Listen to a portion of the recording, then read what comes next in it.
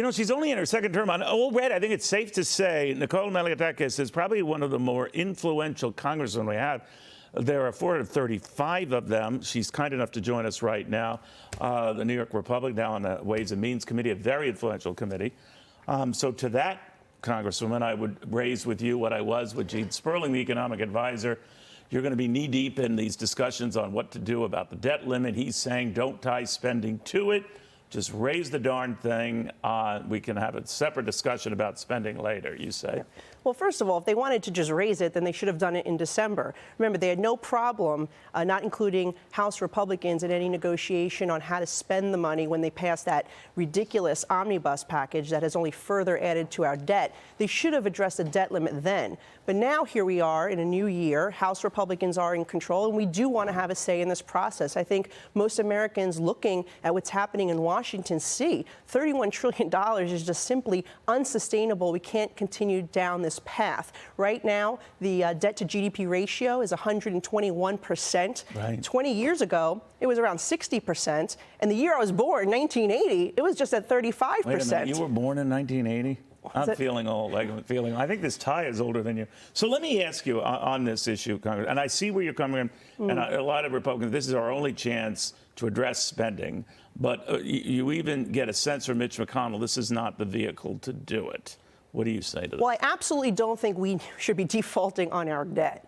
But I do believe we need to have an important discussion about future spending in this country. I think most people would say that our system is very bloated. We have a bloated bureaucracy. There's a lot of discretionary funding there. There are a lot of programs that, haven't been reauthorized in years. Some of your colleagues say a shutdown is the only way to get the White House's and Democrats' attention. What do you say? Well, a shutdown could potentially come later on, and that, but there's certain things that are inevitable, right? Mandatory spending. Look, we need to keep funding certain things. Right? We need to make sure we're funding our military, that Social Security checks are going out. So some things I think should not be negotiable. But what I do believe is we need to set ourselves on a path now for the next 10 years, looking at this over the next decade. How are we going to now start ensuring that we have a balanced budget, that we start paying down this debt? Because one thing is for sure, this country cannot survive. No, I get if we that. But continue. did you think Kevin McCarthy locked himself in with some of your extreme colleagues who are not going to give him any wiggle room on this?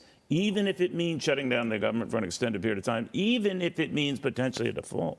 Well, I do get concerned about the potential shutdown. I think what you would see is Republicans and some Democrats that are like-minded and common sense-oriented Democrats would come together to avoid any type of default on our debt. So you don't think it'll come to that? I don't think it will, because I think we do have a lot of responsible members who see what the detrimental impact could be on people's 401ks, on jobs, on real devastating impacts on American people's lives. We cannot default on our debt. We need to be clear about that. But the White House should also be working with us. To say that they're not going to negotiate with us, to call us, fiscally demented because we want to actually put us on a fiscal path of sanity is really the wrong approach. Democrats need to work with us. Got it. We'll see what happens. Congresswoman, very, very good seeing you.